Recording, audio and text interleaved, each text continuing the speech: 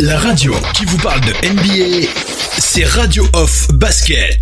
Le basketball, c'est mieux à la radio. Don't need any more excuses in Africa.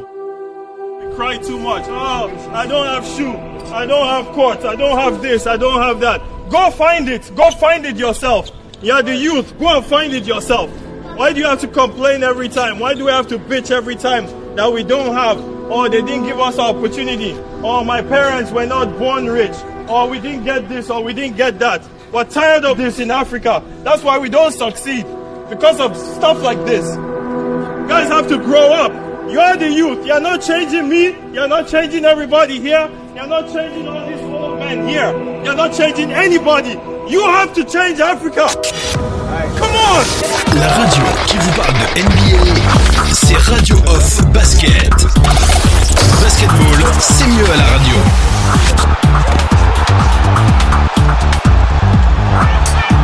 That's the way to get your first bucket, Mark.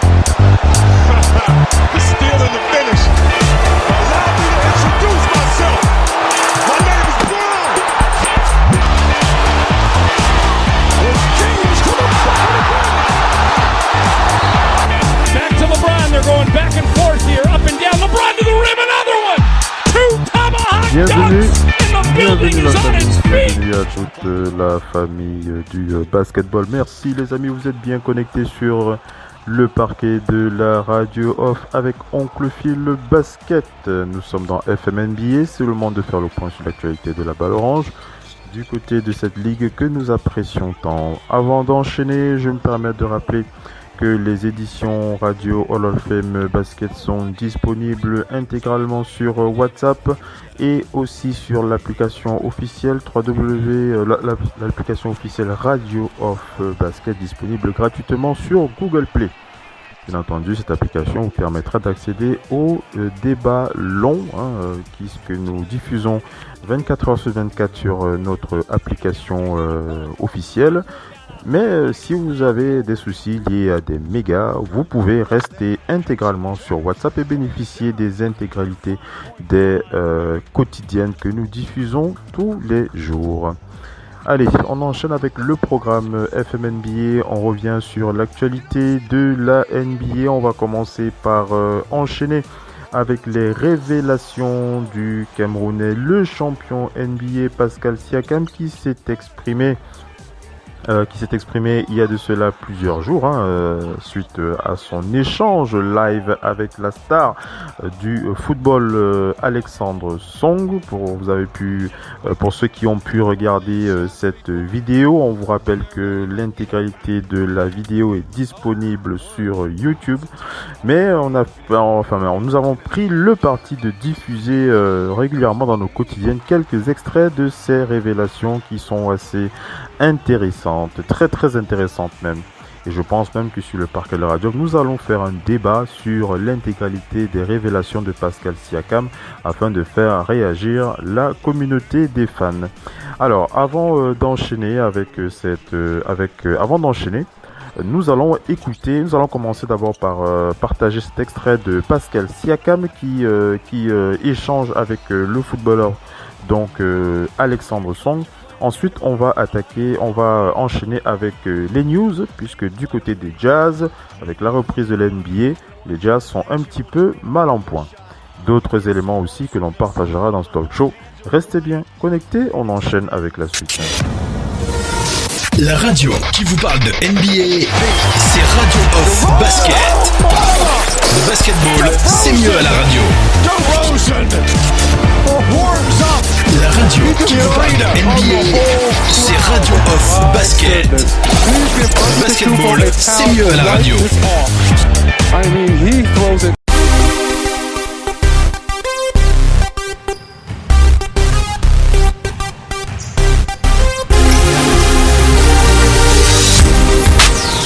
La radio qui vous parle de NBA, c'est Radio Off Basket. Le basketball, c'est mieux à la radio. Et Allez les amis, on enchaîne avec la suite de ce talk show. Je vous l'ai dit, on fait le point sur les révélations de Pascal Siakam.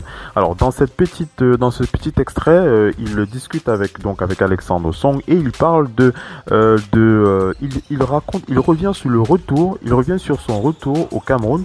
Pour ceux qui s'en souviennent, Pascal était revenu donc au Cameroun après son titre NBA et il revient sur les polémiques qu'il y a eu notamment du côté donc du Cameroun avec les plaintes de plusieurs fans, plusieurs personnes qui n'étaient pas satisfaits du passage de Pascal Siakam au Cameroun. Alors il revient sur ces polémiques, il explique donc ce qu'il en est et c'est assez intéressant à entendre. Vous me direz ce que vous en pensez et on n'hésitera pas à diffuser bien entendu vos réactions sur les ondes Radio of Basket. On écoute les révélations de Pascal Siakam qui revient sur son retour au Cameroun. Les polémiques du retour de Pascal Siakam au Cameroun, c'est tout de suite.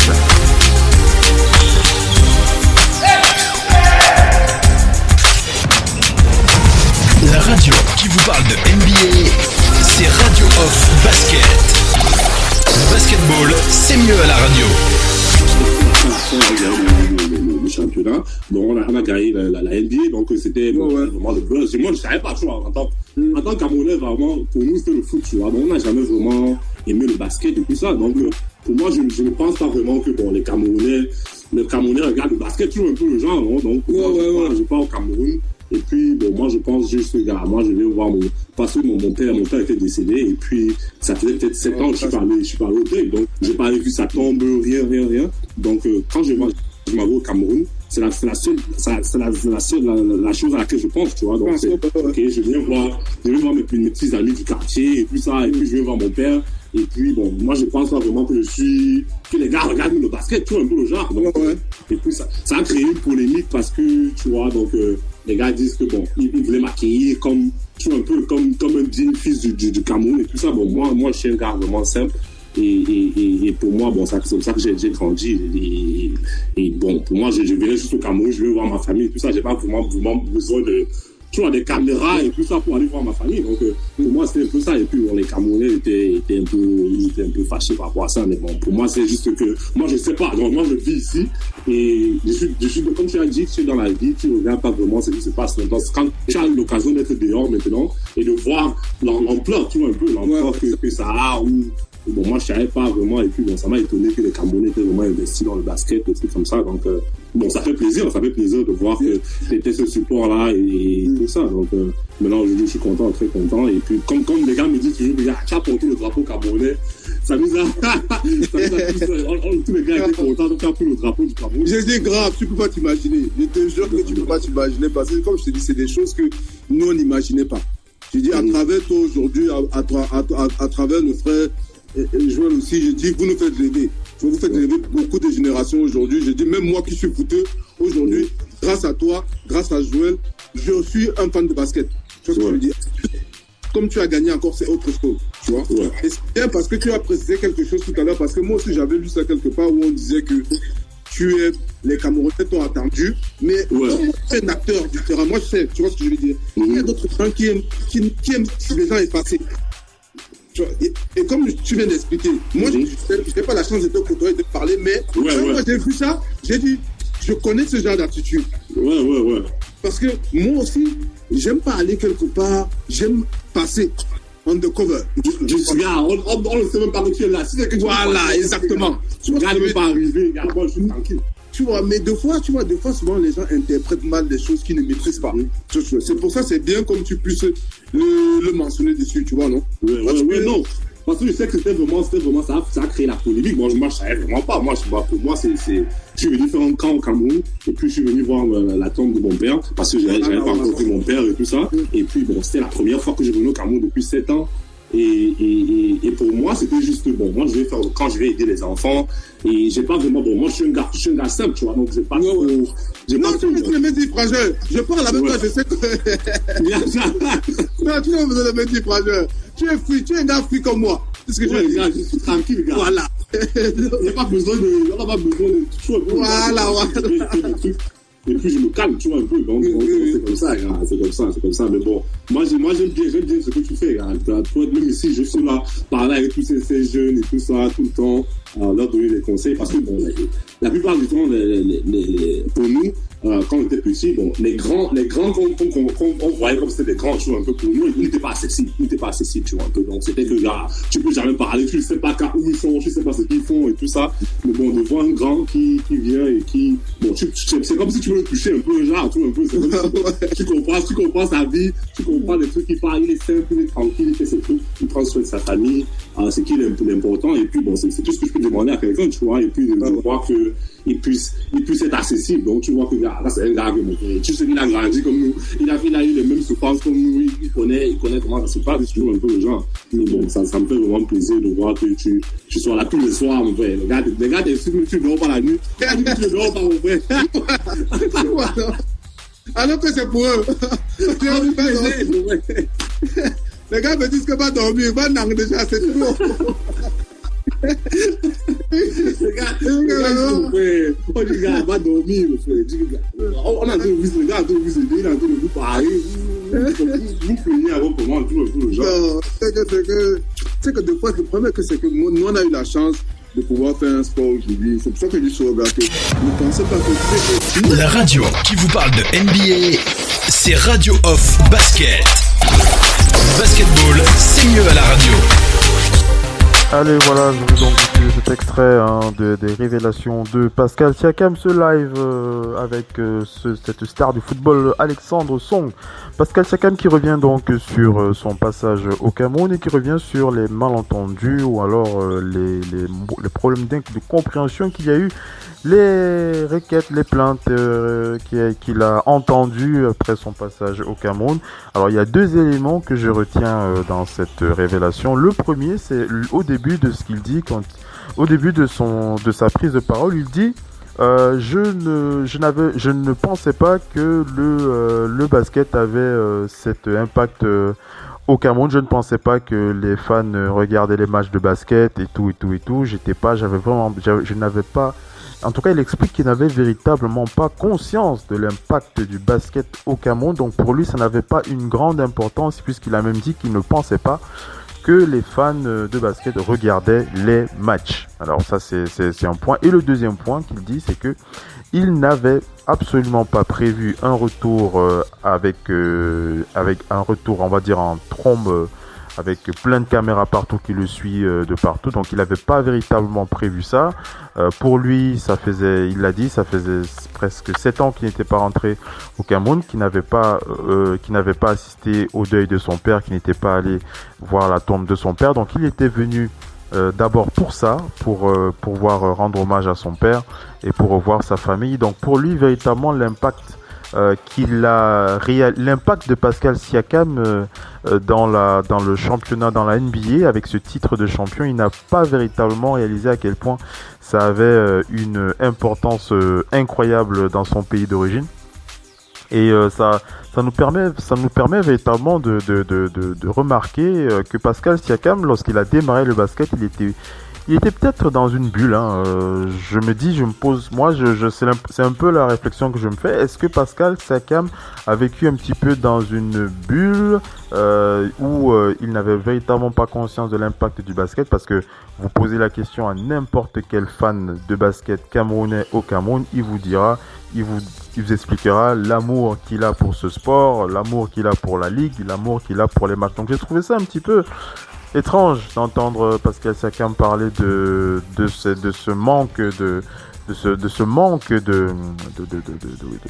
enfin, là où il dit qu'il ne savait pas que le basket avait cet impact au Cameroun, il ne savait pas que les gens regardaient les matchs et tout. Donc moi j'ai un petit peu du mal à comprendre ça. J'ai un petit peu du mal à comprendre, mais c'est une révélation aussi logique. Vous savez, quand vous avez une carrière comme la sienne, il l'a dit, ce ne sont pas des gens ils ne regardent pas ce qui se passe en dehors de leur carrière. Donc forcément, lorsqu'ils se rendent compte de l'impact de ce qu'ils ont réalisé, ça crée véritablement c'est une surprise pour eux, voilà. Donc même Alexandre Song, il a dit, vous savez, quand j'ai revu mes matchs de demi-finale de Ligue des Champions, ce n'est qu'après qu'il réalisait ce qu'il avait fait comme exploit. Alors dites-moi ce que vous en pensez sur les réseaux sociaux. Est-ce que vous pensez que Pascal Siakam a eu tort? Est-ce que vous comprenez le fait que Pascal Siakam, je parle surtout des fans camerounais, est-ce que vous faites partie de ceux qui pensent que Pascal Siakam aurait dû prendre en compte l'impact de ce qu'il a fait réaliser avec les Raptors de Toronto, et qu'il aurait pu prendre plus de dispositions pour être un peu plus, il aurait dû prendre des dispositions pour être à la mesure pour être plus en contact avec le public camerounais? Ou alors est-ce que vous faites partie de ceux qui pensent que Pascal Siakam, vous comprenez cela et vous le pardonnez, et puis voilà. C'est un peu la question que je vais vous poser. Vous réagissez sur les réseaux sociaux. Nous, on enchaîne avec les news.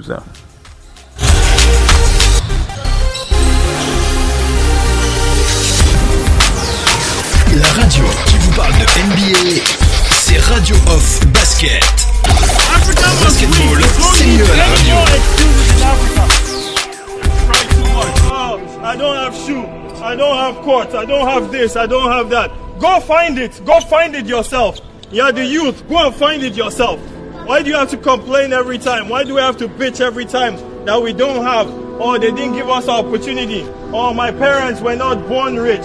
Or we didn't get this, or we didn't get that. We're tired of this in Africa. That's why we don't succeed. Because of stuff like this. You guys have to grow up.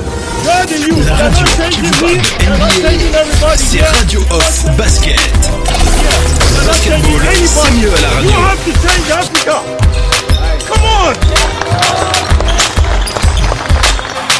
Allez, on enchaîne avec la suite des news. Nous reprenons donc le cours des infos NBA avec Oncle Phil Basket. On va aller du côté de la NBA, du côté de la loterie, la draft NBA, le règlement de la loterie qui restera inchangé. La saison étant bien entamée et le système ayant tout juste changé l'année dernière, la loterie, la draft ne devrait pas être bousculée malgré une situation exceptionnelle.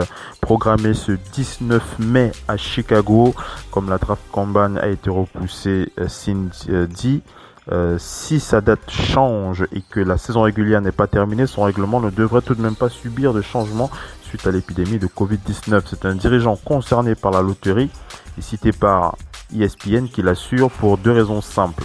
D'abord parce que les équipes ont joué entre 63 et 67 matchs, soit plus de 75% des rencontres de la saison. Même si les dernières rencontres auraient pu changer le classement, c'est suffisant pour avoir un bilan assez juste. Ensuite, parce que le règlement a changé la saison passée pour lutter contre les tankings. Les trois plus mauvais bilans de la saison ont désormais 14% de chances de décrocher la première place le soir de la loterie. Avant, le plus mauvais bilan avec 25%, soit une chance sur 4 de décrocher le premier choix, ainsi que l'assurance d'être dans le top 4. Aujourd'hui, le pire bilan de la saison régulière pourrait n'avoir que le 5e choix, par exemple. Ainsi, comme les chances d'obtenir un très haut choix dans la draft sont plus équilibrées, le classement a moins d'importance. Être la pire équipe est donc moins avantageux en vue de la draft.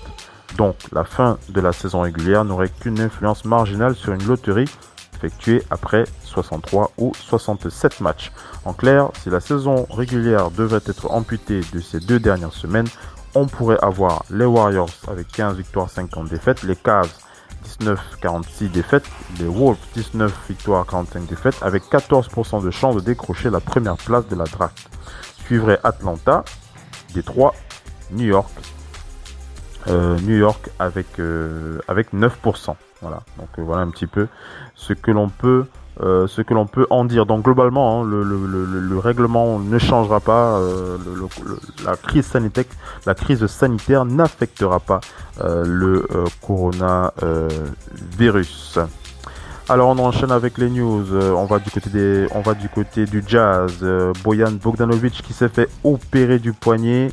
Il ne pourra pas jouer si la saison reprend. Donc même si la saison reprend, le Jazz ne pourra pas compter sur son excellent shooter Bojan Bogdanovic qui va se faire opérer du poignet et qui doit rester plusieurs mois sur la touche. On rappelle qu'il a été recruté l'été dernier par le Jazz. Il a un contrat de 73 millions de dollars sur 4 ans. Bojan Bogdanovic a prouvé qu'il était un vrai scoreur comme la franchise de Salt Lake City l'espérait pour diversifier son attaque. Sauf qu'en janvier, le Croate s'est blessé au poignet et que s'il l'a joué avec la blessure, celle-ci s'est ravivée durant l'arrêt de la saison causée par l'épidémie du coronavirus. En conséquence, ESPN annonce que Bojan Bogdanovic va se faire opérer et qu'il ne sera donc pas apte à terminer la saison si celle-ci peut finalement reprendre cet été. Il devrait par contre être disponible pour le début de la prochaine campagne, en supposant sans doute que celle-ci démarre en décembre. Voilà pour les Jazz. Le Jazz, voilà, avec cette mauvaise nouvelle, Bojan Bogdanovic qui est out pour cette fin de saison. Il ne rejoindra pas l'équipe au cas où la saison reprend. Et on va terminer avec cette déclaration de Georges Niang qui raconte, on reste du côté du Jazz avec Georges Niang qui raconte son retour au centre d'entraînement du Jazz. On rappelle que Georges Niang a décrit son retour au Zion Banks Basketball Campus ouvert depuis une semaine et on suit à la lettre les nouvelles règles afin d'éviter toute propagation du coronavirus. Denis Lindsay, le vice-président exécutif des opérations basket du Jazz, avait annoncé la couleur en confiant que le Jazz allait non seulement s'assurer du respect de toutes les spécificités du protocole mis en place par la NBA, mais aussi être encore plus strict en créant ses propres normes. Georges Niang peut aujourd'hui confirmer la volonté du Jazz d'être irréprochable pour faire face à ce défi, alors que c'est la contamination d'un de ses joueurs qui a entraîné l'arrêt de la saison. Vous vous rappelez, il s'agit de Français Rudy Gobert. Il s'en est en fait rendu compte de l'ampleur du dispositif lorsqu'il est arrivé avec son coach attitré pour sa séance d'entraînement. Programmé tôt le matin, à son entrée, il a d'abord reçu un briefing de toutes les nouvelles règles à appliquer. Il y en a, en gros, je ne veux pas dire un tsar de l'hygiène, mais une personne qui est là et connaît toutes les règles à suivre, a-t-il décrit avant de dresser le portrait de son binôme. Le gars qui fait partie de notre staff d'entraînement doit porter un équipement de protection individuelle complet, qu'il s'agisse d'un masque, de gants. Il a toujours avec lui un spray désinfectant et une serviette. Donc à chaque pas que je fais ou partout où je rends, le lieu est désaffecté. Même si l'ambiance est clairement étrange, comme il n'a pas manqué de le rappeler, vous ne vous sentez pas tellement en sécurité lorsque vous regardez de l'autre côté et que votre entraîneur porte un masque et des gants et que vous portez un masque et que vous devez constamment vous désinfecter avant de faire différentes choses. Georges Niang a vécu ce premier pas vers un retour à la vie normale comme un soulagement dans un environnement autour de vraies machines de perfectionnement et d'un terrain de basket. Il a rajouté « On est heureux d'être dans un endroit qui dispose d'équipements, d'un panier de basket. C'est mieux que ma chambre d'amis avec mes haltères de 10 kg et mon vélo d'appartement. C'est une sensation incroyable de revenir dans un établissement avec un cercle normal et de ne pas avoir à shooter à l'extérieur. » Concernant le débat épineux du nombre de semaines nécessaires pour permettre aux joueurs de retrouver leurs sensations physiques et techniques, Georges Niang s'est prononcé et il a déclaré surtout pas moins d'une semaine. Il dit « La personne qui a pris les rebonds pour moi a probablement perdu environ 8 kilos à force de courir après le ballon la première semaine. C'est clair que lorsque tu arrives sur ton premier shoot, tu as l'impression que ton dos va partir avec. Mais une fois que tu es chaud et que tu es en mouvement, tout semble revenir à la normale. » Donc voilà un peu cette déclaration de Georges Niang qui raconte un petit peu ses impressions par rapport à la reprise. Et il dit voilà, il estime qu'il faut à peu près une semaine pour retrouver véritablement plus de 90% de la forme des joueurs, puisqu'il le dit, voilà, après au début on est un petit peu rouillé, mais ça revient, et puis la forme revient petit à petit. Voilà, je ne sais pas ce que vous en pensez, comment est-ce que vous réagissez sur les réseaux sociaux, que pensez-vous des déclarations de Georges Niang. Allez les amis, on est arrivé à la fin de ce talk show. Je vous dis à la prochaine sur les quotidiennes NBA avec Oncle Phil Basket, c'était FM NBA sur la radio partenaire officielle NBA. La radio qui vous parle de NBA, c'est Radio Off Basket. Le basketball, c'est mieux à la radio.